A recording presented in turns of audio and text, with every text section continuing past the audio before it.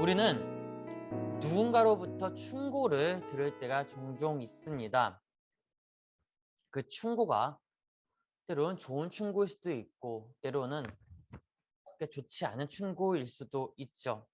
그런데 그 충고가 대부분 내용들을 보면 생활에 관한 것이라거나 아니면 업무에 대한 부분일 수도 있고 혹은 내가 고민을 털어놓다가 나온 하나의 리스폰스인 충고일 수도 있습니다.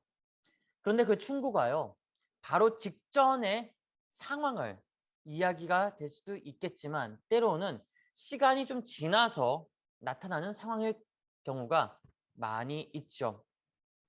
그렇습니다. 대부분의 충고, 우리가 듣고 있는 충고는 바로 직전의 상황에 대한 이야기보다 좀 시간이 지난 후에 나타날 확률이 더 높다라는 거죠.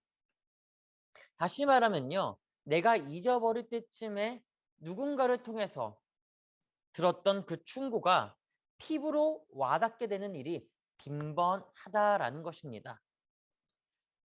우리도 종종 충고를 들어요. 그 충고는 우리의 삶을 고쳐주는 자양분일 수도 있지만 실상은 그 충고 자체가 매우 아픕니다. 듣기가 어렵습니다. 말을 하고 있는 사람의 그 자리에서 그 말을 충고하는 사람의 말의 그 자리에서 그냥 벌떡 일어나 나가고 싶을 때도 많이 있습니다. 왜냐? 기분이 나쁘니까 되받아치고 싶다는 거죠. 듣고 싶지 않다는 거죠. 그런데 이거 아세요? 우리가 충고를 무시하면요. 그 뒤에 엄청난 문제가 뒤따라온다는 건 말입니다. 특히 업무에 대한 충고가 더 그렇죠. 일을 하는데 나보다 먼저 들어온 선임이 업무에 대해서 이야기를 해줍니다. A는 A고 B는 B고 만약 C로 가야 된다 그러면 A에서 C를 어떻게 가야 되는지 설명합니다. 그런데 사람이니까 실수를 할 수가 있잖아요. 실수를 하고 나서 죄송하다고 하고 하면 거기에 충고를 해줍니다. 다음에는 이렇게 하면 안 돼. 저렇게 하면 충분히 할 수 있어. 그런데 그 충고를 들음에도 불구하고 그냥 내가 하고 싶은 대로 계속해서 펼쳐나간다 하면 엄청난 문제가 뒤따라 오게 되죠. 특히 배송에 대한 부분은 더욱더 그렇습니다. 배달에 대한 부분. 우리가 어떻게 배달을 하느냐에 따라서 잘 될 수 있고 안 될 수도 있잖아요. 충고를 잘 따르지 않으면 배송에 대한 오류가 생깁니다. 현재 우리는요, ESG 경영을 중심으로 환경의 문제까지 넓혀서 바라보고 있습니다. 그런데 조금 거꾸로 생각하면요. 이번 시간을 1차적으로 좀 마무리를 지어보려고 합니다. 국가와 기업은 왜 ESG 경영이라는 슬로건을 내고 운영을 하려고 하는 걸까요? 기업 그리고 국가는 왜 ESG 경영을 앞에 대놓고 이야기를 하면서 운영을 하려고 하는 걸까요? ESG 경영이 무엇입니까? 기업이 사회와 공생하기 위한 것, 그리고 핵심 가치를 공유하는 이해관계의 경영입니다. 대부분 경영이라는 것은요, 재무 구조를 기반으로 해서 활동이 이루어집니다. 그런데요, ESG는요, 재무 구조가 아닌 비재무적인 구조입니다. 다시 이야기하면 ESG는 친환경적인 경영인데 어떻게 하면 사회에 그리고 개인에게 또 다른 기업에게 선한 영향력을 펼칠 수 있느냐에 대한 것입니다. 돈으로만 해결하는 것이 아니라 우리 기업이 내가 또 우리 국가가 어떻게 하면 환경을 다시 되살릴 수 있느냐에 대한 솔루션을 제공하는 거죠. 기업과 국가는 왜 이런 솔루션들을 펼쳐내려고 하는 걸까요? 그것은요. 유엔 산하기관에서 발표한 환경 문제에 대한 보고서가 가장 큰 이유라고 할 수가 있습니다. 지난주에 IPCC에 대한 이야기를 했었죠. 국가 간의 환경 협력체. 그에서 발간한 제6차 보고서에서는 기후 변화가 급격하게 일어난 건 누구 때문이다? 바로 인간 때문이다라고 했습니다. 인간의 잘못이 가장 크게 펼쳐졌기 때문에 기후 변화가 정말 급격하게 나타난 것이다라고 이야기를 했었죠. 그래요. 산업혁명으로부터 계속적으로 증가한 탄소로 인해서 지구의 온도는요 점점씩 올라갔고요. 온도가 높아지면서 자연 생태계에 큰 영향을 끼치면서 개체수의 변화가 생겼고요. 더불어 사람들이 살아가야 할 생활의 변화가 눈에 크게 바뀌었다라는 거죠. 그래서 제가 투발루에 대한 이야기를 했잖아요. 태평양 폴리네시아에 있는 한 작은 섬 투발루. 이 투발루라는 섬이 점점 물에 잠기고 있다고 그랬죠. 그뿐만 아닙니다. 2050년경쯤 되면요. 대부분 국가들이 물에 잠기게 된다고 합니다. 그건 또 어디서 봤나요? 2주 전에 세바시 프로그램에 타일러 라쉬가 이야기를 했었죠. 한 사이트를 알려주면서 추천하면서 그곳에서 2050년에 예견되는 토지의 지형의 변화를 한번 보자 했을 때에 그 지형이 어떻게 변화했나요? 중국 상하이는 물에 거의 다 잠겨 있었고 홍콩도 마찬가지였죠. 한국도 군산 서해 쪽은 거의 다 잠겨 있었습니다. 그래요. 계속적으로 이야기하고 있는 거는요. 환경의 변화는 곧 생태계의 혼란으로 인해서 생활이 축소가 된다는 것입니다.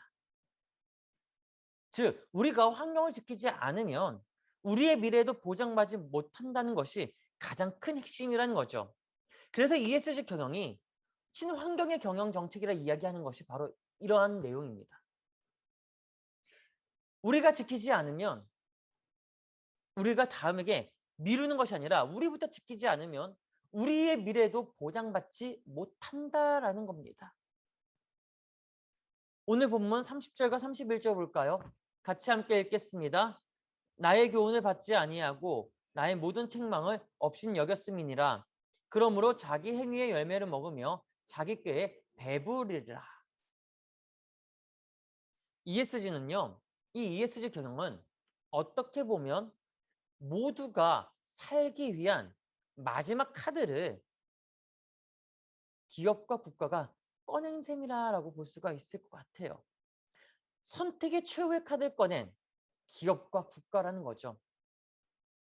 지금까지 이 카드를 꺼내지 않았던 것은 어떻게든 한번 막아보겠다, 어떻게든 다시 되돌려보겠다라고 했지만 되돌리지 못했다라는 거죠. 마지막 카드를 꺼내기 전까지 우리는 무엇을 한 걸까요? 그것은 말하지 않아도 저도 여러분도 너무나 잘 알고 있을 겁니다. 우리가 흔히 선진국이라고 부르는 국가들의 발전의 양상을 보면요. 그 과정에 순차적으로 따라가 보면 저절로 고개가 끄덕일 수밖에 없을 거예요. 앞서서도 이야기한 것처럼 산업혁명 어디에서 제일 먼저 일어났나요? 산업혁명이 어디에서 제일 먼저 일어났죠? 어디요? 영국입니다. 영국에서 일어나기 시작하면서 이게 전 세계적으로 펼쳐져 나가죠. 유럽부터 시작해서 순차적으로 나갑니다. 그런데요. 산업혁명의 가장 핵심은 뭔지 아십니까? 기술의 발달, 과학의 발전, 네, 그것도 맞아요.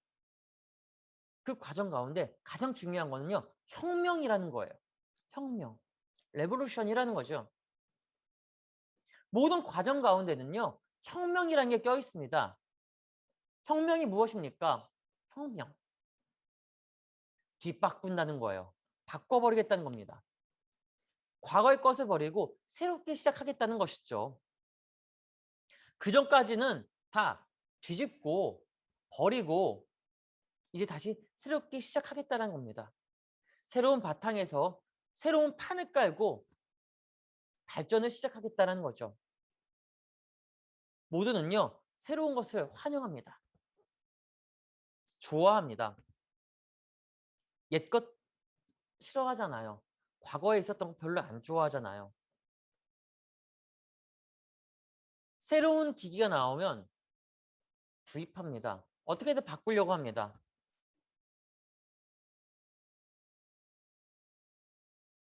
저도 랩탑을 쓰고 있지만 한 단계 높은 업그레이드된 좋은 랩탑이 나오면 고민돼요. 바꿔야 되나? 바꿔야 되나? 핸드폰 나오면 바꿔야 되나? 뭔가 또 재밌는 게 나오면 바꿔야 되나? 그런데 이 혁명 시작이 누구에게서부터 시작될까요? 가장 하층민부터 시작될까요? 혹시 레미제라블 영화 보신 분 계시나요? 레미제라블 자세히 보면요. 하층민이 프랑스를 바꾸겠다라고 혁명을 일으킨 것처럼 보입니다. 그런데 그 혁명을 일으키기 위해서는요.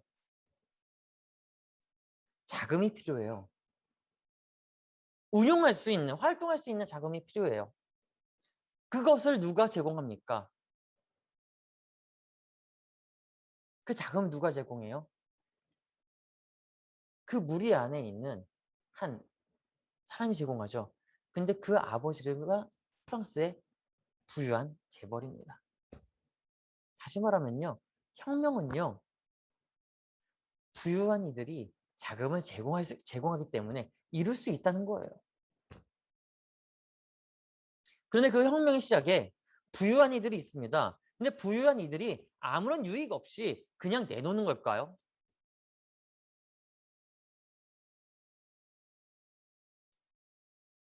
자신에게 그리고 그룹에게 유익한 것이 없으면 혁명은 이루어질 수가 없습니다. 속된 말로 나한테 뭔가 떨어지는 게 있어야 움직이는 거죠. 나한테 뭔가 콩고물이라도 떨어진 게 있어야지 움직이는 겁니다. 대기업들이 ESG 경영을 하겠다라고 먼저 깃발 높이 외치는 거는요. 이익이 있기 때문에 외치는 거예요. 물론 미래 보는 것도 있지만 환경을 생각하는 것도 있지만 기업이 승승장구하면서 나가기 위해서는요. 국가가 도움을 주지 않으면 안 되거든요. 개인들이 그 기업을 사랑하지 않으면 안 되거든요. 먼저 발을 딛는 사람이요. 더 많은 것을 얻을 수 있고요. 더 많은 것에 대한 유익을 가질 수가 있습니다. 그렇기 때문에 혁명이 시작되는 거예요. 여러분, 팔레토의 법칙 잘 아시죠? 팔레토의 법칙. 전체 결과의 80%가 전체 원인의 20%에서 일어나는 현상을 말합니다. 이 말은요. 이탈리아 경제학자인 팔레토에 의해서 발표된 경제 언어입니다. 상위 20%가 하위 80%를 이끌어간다는 거죠. 20%의 사람이 20%의 지식인들이 20%의 경영인들이 20%의 계층이 전체의 80%를 이끌어간다는 겁니다. 즉 혁명이라는 건요. 부유한 20%가 자신과 자신이 이끄는 기업의 부유함을 좀 더 영위하기 위해 80%에게 협력을 요청하고 그 80%는 그 협력에 부응해서 같이 움직인다는 거죠. 그렇기 때문에 ESG 경영도 이러한 전체적인 경영의 방식으로 움직인다는 거예요. 물론 앞서서 이야기한 IPCC의 보고서도 하나의 원인으로 이야기할 수 있지만 그 원인이 기반으로 해서 기업이 그리고 기업으로 연결해서 국가까지 그 모든 것이 확장되어 갔다는 것입니다. 여러분, 그래서 우리가 기업을 둘째치고 해야 되느냐? 아니요. 혼자서는 하기는 어려워요. 그러면 국가와 기업이 왜 먼저 발벗고 나서는 걸까요?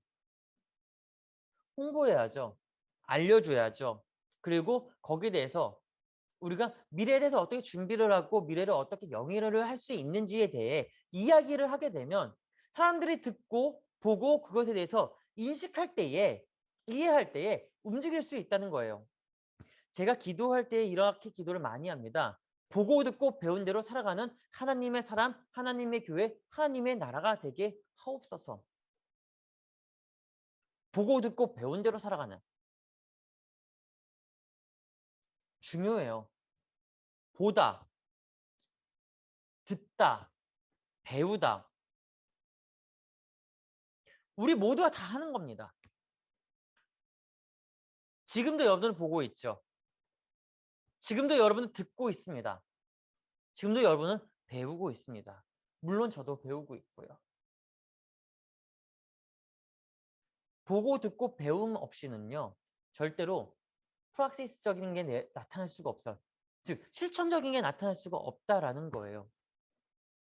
기업과 국가가 먼저 발빠르게 움직이는 건요. 먼저 보았고 먼저 들었고 먼저 배웠기 때문에 발빠르게 움직이는 거고요. 그 배운 것을 중심으로 알게 된 것을 중심으로 국민들에게 이야기를 해주는 거예요. 국가가 이야기를 해주는 거예요.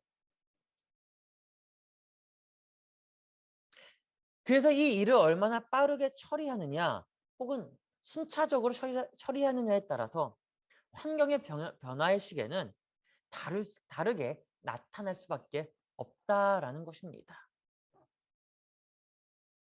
지난주 말미에도 이야기를 드렸습니다. 환경이 아픔의 소통으로 요청하고 있습니다. 누구에게요? 우리에게 아픔의 소통으로 요청하고 있어요.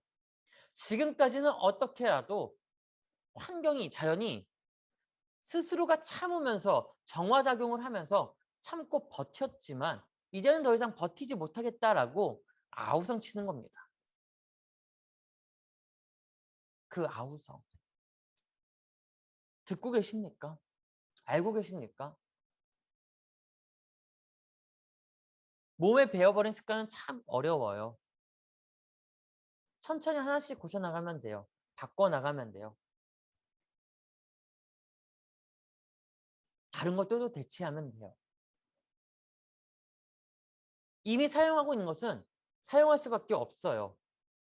그러나 사용하면서도 우리가 이것을 리사이클할 수 있는 것이 있다고 하면 그것을 더욱더 활용해 나가야겠죠. 1장 30절 볼까요? 나의 교훈을 받지 아니하고 나의 모든 책망을 업신 여겼음이니라. 자연 그리고 환경의 외침은 교훈을 우리에게 줍니다. 사실 순화에서 교훈이지 실제로는요. 충고예요. 나의 충고를 받지 않고 나의 모든 책망을 업신여겼다. 우리가 환경의 충고를 보았고 들었지만 그것을 받아들이지 않았기 때문에 현재 우리는 돌이킬 수 없는 루비콘강, 흔히 이야기하는 요단강이라고 얘기하죠. 요단강 앞에 서 있습니다. 우리가 요단강 건너면 어떻게 됩니까? 죽죠.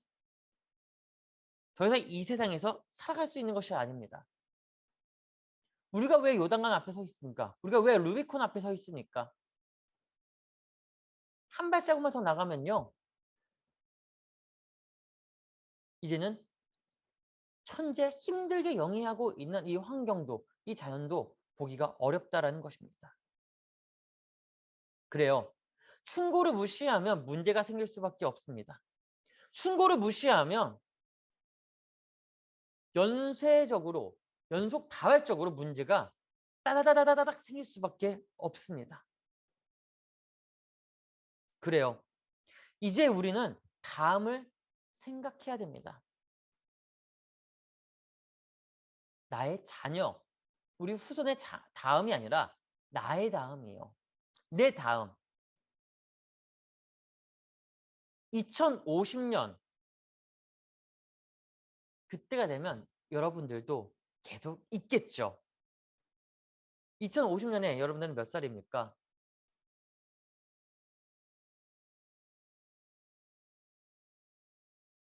한 30년 뒤에요. 한 30년 뒤에요. 2021년이잖아요. 약 30년 뒤에요. 30년 뒤에 여러분이 몇 살이에요?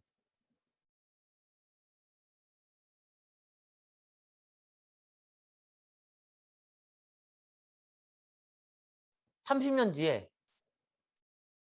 물론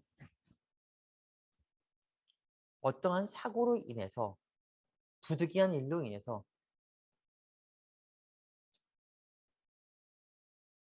이 땅에 발을 못 붙이고 하나님 나라에 가 계신 분들도 계실 수도 있겠지만 아마 여기에서 99%는 있을 거예요.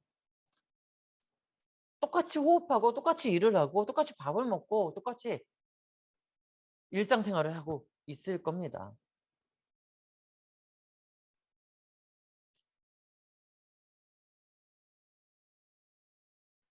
그 일상생활을 하고 있는데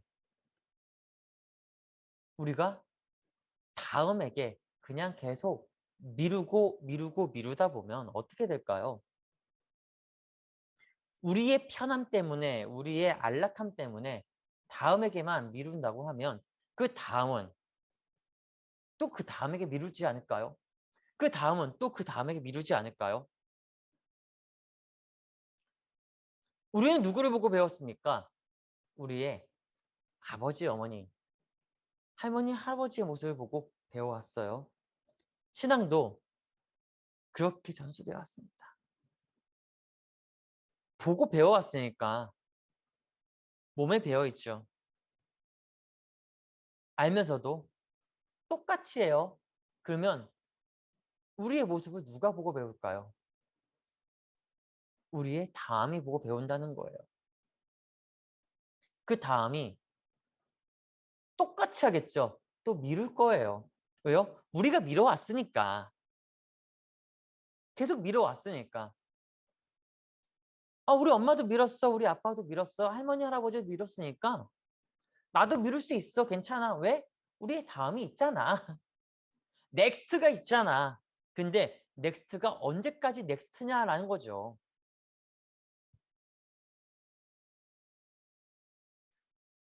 우리는 이제 다음을 기약할 수 있도록 모두가 플랜을 새롭게 만들어야 할 시기입니다. 더 이상 큰 욕심을 부리지 말자고 많은 기업과 국가들은 기후 협약을 했죠. 특히 선진국들이 다 같이 서명을 했습니다. 탄소를 줄이자. 탄소 중립을 만들자. 환경을 다시 살릴 수 있도록 개선을 하자. 그런데 제일 먼저 탈퇴한 국가가 있죠. 지금은 전 대통령인 트럼프. 트럼프 전 대통령이 당선되자마자 바로 파리 기후 협약을 취소해버립니다. 취소한 게 아니라 그냥 캔슬 시켜버려요. 자기는 자국민 보호주의, 우리 국가의 경쟁을 더욱더 높여야 되기 때문에 경제 발전을 이뤄야 되니까 협약에서 탈퇴하겠다고 탈퇴해버립니다. 전 세계에서 탄소를 가장 많이 배출하는 국가는 어딜까요?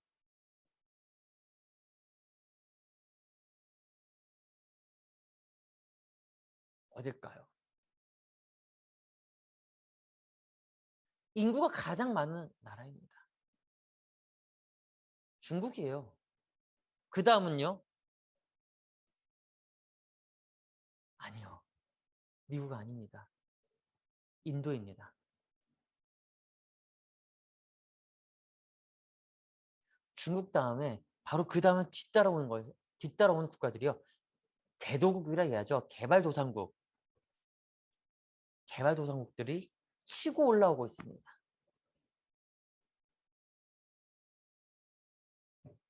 다 서명해는 했는데 지켜지지 않고 있다는 게 함정이죠. 우리나라도 마찬가지예요. 우리나라가요. 2050년까지 탄소 중립을 하겠다라고 선언했습니다. 그런데 기후협약을 서명하고 나서 5년이 지난 이후 많이 줄이지 못했어요. 공언은 해놨지만 많이 줄이지 못했습니다. 물론 코로나라는 전 세계의 그 전염병이 도는 것도 하나의 이유도 될 수 있겠지만 그렇게 많이 줄이지 못했다는 거예요. 근데 코로나가요. 전 세계에게 그리고 특별히 한국한테 좋은 걸 하나 줬습니다. 뭐냐면 코로나로 인해 가지고 전 세계가 셧다운이 됐잖아요. 공장이 가동이 좀 중지가 됐잖아요. 전 세계에서 공장이 가장 많은 국가가 중국이죠. 중국의 공장이 잠시 중단됐습니다. 그렇게 공기가 맑을 수가 없어요. 그렇게 하늘이 맑을 수가 없어요. 올해처럼 황사가 적게 온 날도 없다고 합니다. 네, 다시 돌아와서 기후 협약을 했음에도 불구하고 물론 잘 지켜지지 않는 것이 함정입니다. 육도의 멸종의 책을 보면요, 이런 글이 있어요. 인간은 싸우고 저항하며 상대를 일시적으로 막을 수는 있어도 이길 수는 없을 것이다. 네 번째 챕터, 사도씨가 올라가는 그 맥락에 있습니다. 그래요. 우리는 아무리 싸우고 저항해도 이길 수가 없어요. 누구를요? 자연을요. 환경을 이길 수가 없습니다. 30절 하반절처럼 모든 책망을 업신여겼기 때문에, 충고를 듣지 않았기 때문에, 귀 기울여서 받지 않았기 때문에, 이 모든 것은요, 우리 행동의 열매라는 것입니다. 우리가 그렇게 행동했기 때문에 그 열매가 나타났다라는 거죠. 그 결과가 나타났다라는 겁니다. 31절 볼까요? 같이 읽겠습니다. 시작. 그러므로 자기 행위의 열매를 먹으며 자기 꾀에 배부르라.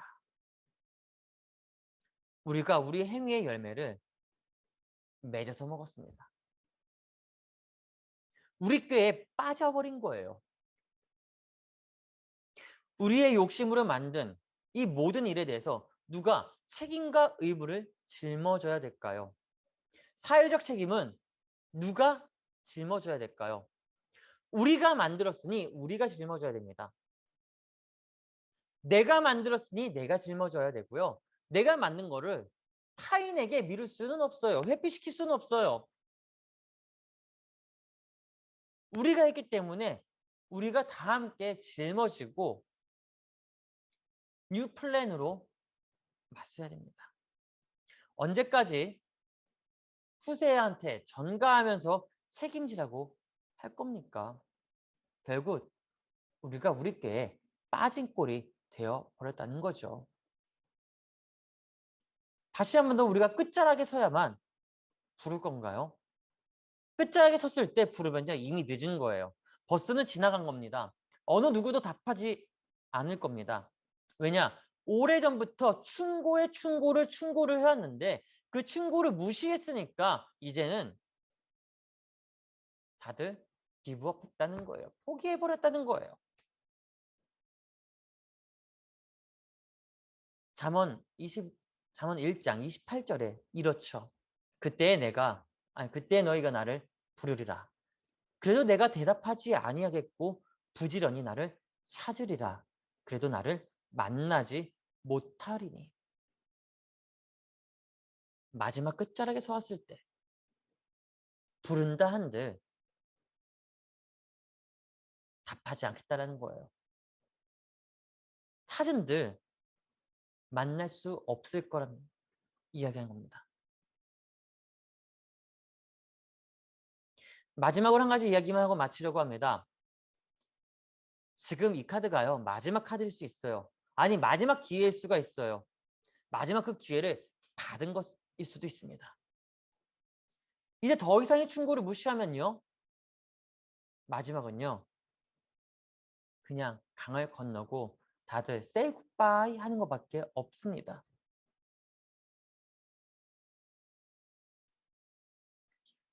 우리가 새로운 곳을 찾기 위해서 노력을 많이 하죠. 나사에서는 지구하고 동일한 환경을 찾겠다고 무인 우주선을 보냅니다. 우리가 그곳에 가서 살 수 있을까요? 지구와 똑같은 환경이 있다고 많은 이들이, 과학자들이 가설을 내놓지만 그 가설이 증명된 적은 없습니다. 증명됐다 하더라도 물이 있었다라는 흔적, 생물이 있었을 것이라는 일말의 희망, 이 정도인 거죠. 우리가 지금 이 체제를 빨리 바꾸지 않으면 정말 죽음 앞에, 아니 그냥 멸망으로 끝날 수 있다는 거죠. 그래도 우리가 지금부터라도 우리가, 기업이, 모든 국가가 조금씩 조금씩 양보하면서 협력하고 선을 이뤄간다면 이 카드는 성공하는 것이 수십 년 또는 수백 년 뒤에 이를 수 있겠지만 수년 뒤의 일의 성공을 위해 우리는 지금부터 활발하게 움직여야 합니다. 지금 당장 우리가 그 빛을 보지 못한다 해도 말입니다. 기도하겠습니다.